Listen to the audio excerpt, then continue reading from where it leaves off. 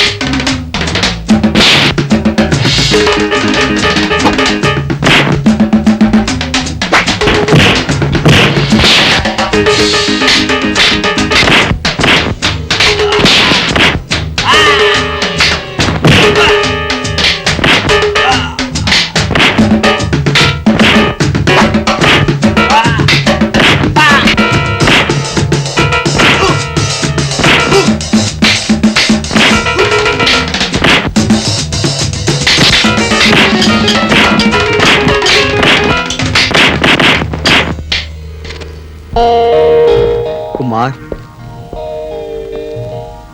సమయానికి వచ్చి నీ కృతజ్ఞతల కోసం, నువ్వు రుణపడటం కోసం నేను రక్షించలేదు.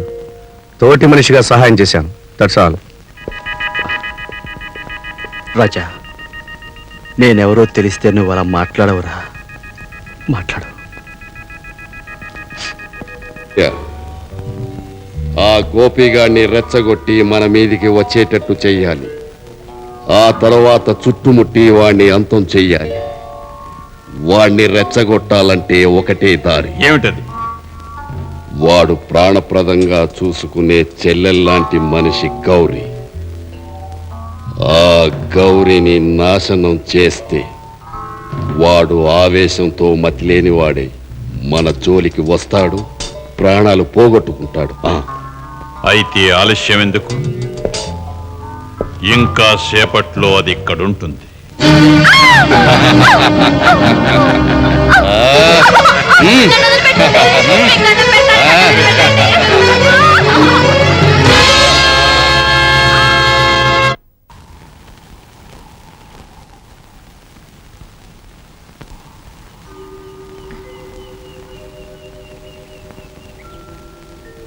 గోపి, నువ్వా? రాధా, ఎందుకు వచ్చావు ఇక్కడికి? గోపి, నీతోనే నా జీవితం అనుకున్నాను. నీ చెయ్యందుకుని చివరి వరకు నడవాలనుకున్నాను. అందుకే అమ్మని ఆ ఇంటిని వదులుకొని వచ్చేశాను. తొందరపడ్డావు రాధా. ప్రేమించిన ఏ మనిషి అయినా నిర్ణయం తీసుకోవడానికి ఆలస్యం చేస్తే జీవితాంతం ఏడవలసి ఉంటుంది. అసలు నన్ను ప్రేమించడమే పొరపాటు రాధా. గోపి, అవును రాధా, నేను నా ప్రేమ మోసం అనుకో. మన కలలు కలయికలు ఓ పీడకలు అనుకో. నన్ను మర్చిపోయి మనసు నుంచి చెరిపేసి నువ్వు ఆ కుమార్ని పెళ్లి చేసుకో. గోపి, ఏమిటి నువ్వు మాట్లాడేది? ఆ దైవం ఆకాశం సాక్షిగా ప్రేమించి నిన్ను మర్చిపోవాలా?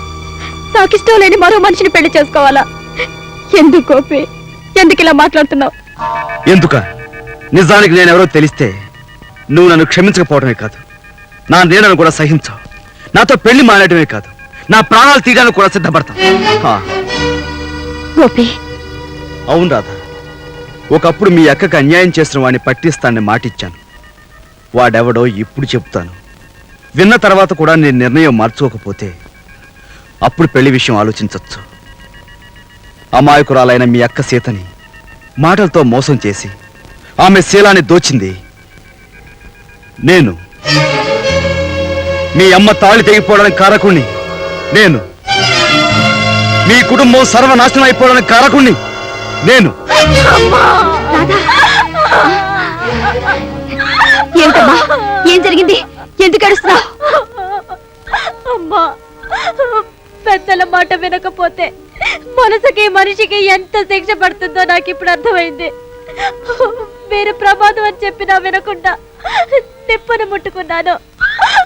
నా బ్రతికే కాలిపోయిందమ్మా. రాధా, ఏం జరిగింది? అమ్మా, అక్కకు అన్యాయం చేసి మన జీవితాల్ని కల్లోలపరిచి నేను నుదుట బొట్టు చెరిపేసిన పాపి ఎవరో కాదమ్మా. ఎవరమ్మా? ఎవరు?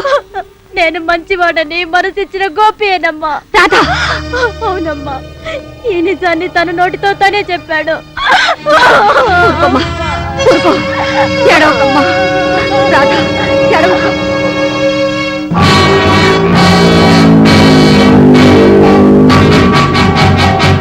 గోపి, గోపి! కుమార్, బయట నిలబడిపోయావి, లోపల రా. నేను వచ్చింది నీ అతిథి మర్యాదలు అందుకోవడానికి కాదు, నా జీవితంతో నువ్వు ఎందుకు ఆటలాడుతున్నావో తెలుసుకోవడానికి. నువ్వు పొరపడబడుతున్నావు కుమార్. నీ జీవితం ఏ కలతలు కల్లోలాలో లేకుండా సాగాలన్నదే నా ఆశ. అబద్ధం. నువ్వు నన్ను అల్లరి పెట్టడానికి నా ఇంట్లో ఉన్న రాధతో ప్రేమ కథ మొదలెట్టావు. నన్ను రెచ్చగొట్టాలనే వద్దన్న ఆమెకు దగ్గరయ్యావు. అయినా సహించాను. కానీ ఇప్పుడు నా సీత మీద దారుణమైన నింద వేసి నాకు మనశ్శాంతి లేకుండా చేస్తున్నావు. అసలు అసలు సీత ఎవరో నీకు తెలుసా? సీతను ఎప్పుడైనా నువ్వు చూసావా? సీత అంటే ఎవరనుకుంటున్నావు? సీత నా దేవత, నా ప్రాణం, నా సర్వస్వం. నీలాంటి వాడి నీడ కూడా పడనంత పవిత్రురాలురా నా సీత. అటువంటి సీతకు నీకు పాపిష్టి సంబంధం ఉందని ఎందుకు అబద్ధం చెప్పావు? ఎందుకు నా జీవితంతో ఆడుకుంటున్నావు? చెప్పు. చెప్పలేను. ఐఎమ్ సారీ, చెప్పను.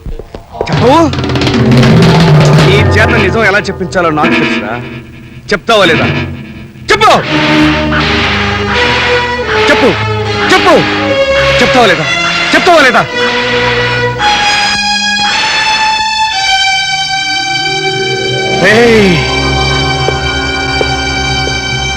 ఇప్పటికైనా చెప్తావా లేదా? నువ్వెందుకు చెప్తావరా? నువ్వు మామూలు శత్రువు కాదు, బద్ద శత్రువి. కుమార్, శత్రువు అనే మాట మాత్రం అనొద్దు. నువ్వెన్ని దెబ్బలు కొట్టినా సహించగలను, భరించగలను. కానీ నీ నోటి నుంచి శత్రువు అనే మాట వస్తే నేను తట్టుకోలేను కుమార్, తట్టుకోలేను. శత్రువు కాకపోతే ఇదంతా ఎందుకు చేస్తున్నావు? అసలు ఎవరు నువ్వు? నేనెవరా?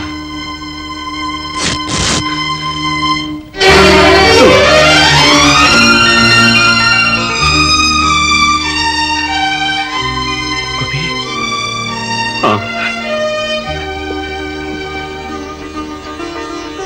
గోపి, రాజా, రాజా, గోపి, గోపి, రాజా, గోపి, రాజా, గోపి, రాజా, గోపి, నువ్వెవరో తెలియక నిన్ను దూషించాను, ద్వేషించాను. అక్కడికి నా చేతులతో నిన్ను కొట్టాను రా. ఊరుకో రాజా, ఊరుకో. అవునరా, సీత విషయంలో నువ్వే దోషమని రాతకెందుకు చెప్పావు? నువ్వు నా చిన్ననాటి రాజావని తెలియగానే నువ్వు రాధను పెళ్లి చేసుకుని సుఖంగా ఉండాలని కోరుకున్నాను. అందుకే ఆమె నా నుంచి దూరం చేసుకోవాలనుకున్నాను. నేను చెప్పిన అబద్ధం నమ్మి నన్ను అసహించుకుని తను నీకు దగ్గరవుతుందనేరా అలా చెప్పాను. గోపి, ఈ లోకంలో సీత ఉన్నా లేకపోయినా నేను మరణించే వరకు నా మనసులో ఉండి తీరుతుంది. ఈ జీవితంలోకి మరో మనిషికి అవకాశమే లేదురా. నువ్వెంత త్యాగం చేసినా ఈ విషయంలో నేను ఒప్పుకోను.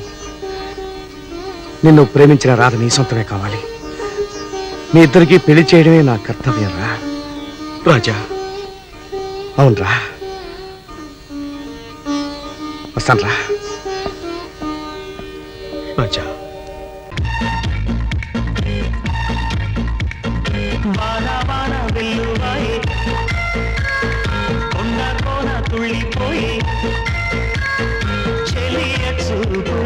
చిలిపి జల్లులై నేను తాకగా ఏదో హాయ్